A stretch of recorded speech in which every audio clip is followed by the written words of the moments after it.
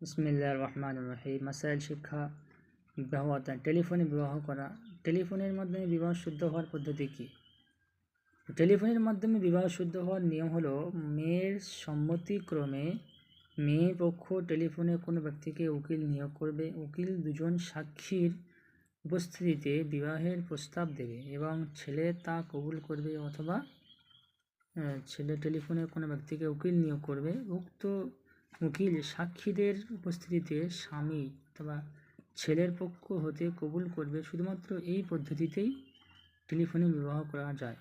যেহেতু বিবাহের সময় সাক্ষীর শর্ত, দুজন সাক্ষী লাগবে, এই জন্যে টেলিফোনের মাধ্যমে যদি বিবাহ শুদ্ধ হওয়ার নিয়ম বলছেন, মেয়ের সম্মতিক্রমে, মেয়ের সম্মতি থাকতে হবে, রাজি থাকতে হবে। মেয়ে পক্ষ টেলিফোনে কোনো ব্যক্তি উকিল নিয়োগ করবে, মেয়ের পক্ষ থেকে টেলিফোনে কাউকে উকিল নিযুক্ত করবে। সেই উকিল তখন দুজন সাক্ষীর উপস্থিতি নেবে। সে উকিল নিজে এবং তার দুজন সাক্ষী উপস্থিতিতে বিয়ের প্রস্তাব দেবে এবং ছেলে তা কবুল করবে।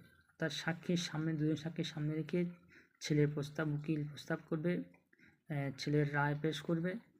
তো অথবা মেয়ের সম্মতিক্রমে যদি উকিল পাঠিয়েছে, তো উকিল দুজন সাক্ষীকে নিয়ে ছেলেকে প্রস্তাব করবে, তো ছেলে সে প্রস্তাব কবুল করবে। অথবা ছেলে টেলিফোনে কোনো কাউকে উকিল নিযুক্ত করবে, উক্ত সে উকিল আবার কোনো দুজন সাক্ষীকে সঙ্গে করে নিয়ে ওরা স্বামীর পক্ষ থেকে, আমাদের ছেলের পক্ষ থেকে কবুল করবে। শুধুমাত্র এই পদ্ধতিতেই টেলিফোনে বিবাহ করা যায়।